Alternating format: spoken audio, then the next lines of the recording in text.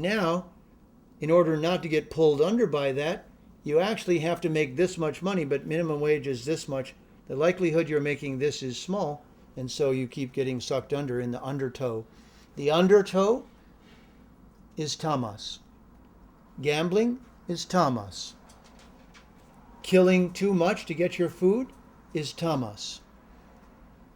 Sexuality used for exploitation or harm is tamas. All of these things, intoxication which dulls the consciousness, is tamas. Maintaining your consciousness and being joyful through manufacturing the right state of consciousness. The yogis understand that if you get in sattvic consciousness and you stay there through meditative practices, your body will make certain chemicals that make you happy all the time. If not, if that happiness begins to decline and you start using other chemicals in order to make yourself happy, that will make a dependency. And what happens in the first stage of any kind of addiction? I'm in control. The person says, I'm in control of this process. That's rajas. Rajas feels like they're in control. Are they? No. They're being dragged slowly down towards the place where they have to admit that they're out of control. And what happens in all the groups that are for recovery? What's the first thing you have to say? I'm out of control. This is more powerful than I am. What's more powerful than they are? It's not the substance, it's tamoguna. It's the guna that's more powerful than they are. We've identified it with the substance only because that's the way that tamasic guna has gotten to them. It got to them through that thing. Some people are gotten through gambling. Some are gotten through addictions. Some are gotten through sexuality. Some are gotten through food and gluttony. There's different ways that your energy can be degraded from balanced consciousness or sattva and brought down to the next level down to selfish consciousness with too much waste, which gradually sinks. Here's another way to understand the same thing.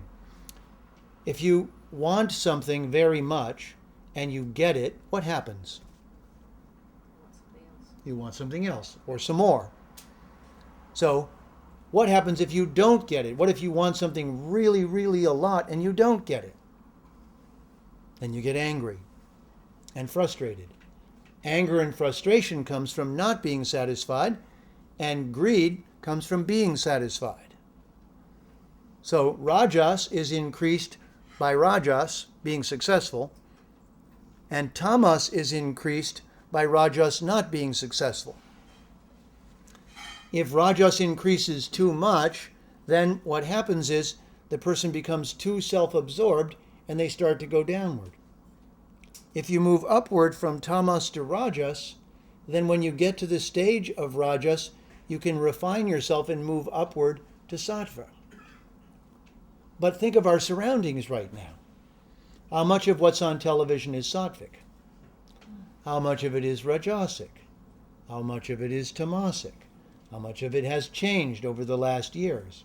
What's been the trend? Now you have a language for talking about these gunas. Now, one more thing that you should know is that this gu word has also given rise to another word, guru. Guru, the ru in ru means who removes it. So guru is supposed to be gu remover. Like that goo off that you get when you have sticky stuff. The sticky stuff on us is supposed to be removed by receiving knowledge of who we really are. If we really are the consciousness, then we're supposed to live within matter in such a way that we don't get completely covered over by it, so that its tamasic element doesn't cover us. We're supposed to work with its rajasic element carefully so that it doesn't overwhelm us, and we're supposed to have a preponderance of the sattvic element. If we don't, and those ratios get wrong, then it's the ratios of the gunas that cause all the trouble. In nature, we're surrounded by gunas. In society, we're surrounded by gunas. In our life, we're surrounded by gunas, and within ourself, we have periodic bursts of a particular guna. In astrological analysis, we see that as the planets change in their relation to your birth chart, different gunas are unleashed within you. Now, I want to give you one last metaphor. Think of alchemy, that the alchemist wanted to change lead into gold. It's so. Our lead consciousness is us at our worst, most like our animal brethren, the least awakened to our true potential as eternal beings, the most connected to the unconscious, and we're continually being plunged back into that unconscious. Then, as we progress through the alchemical process, we have to be put under pressure. That pressure is called tapasya. It means you have to have a teacher and have a process and be subjected to some restriction, and you have to restrict the energy to a particular activity. That restricted activity is the raja stage. Eventually, the consciousness becomes so clear that the actual desire of the person is to harmonize with nature around them.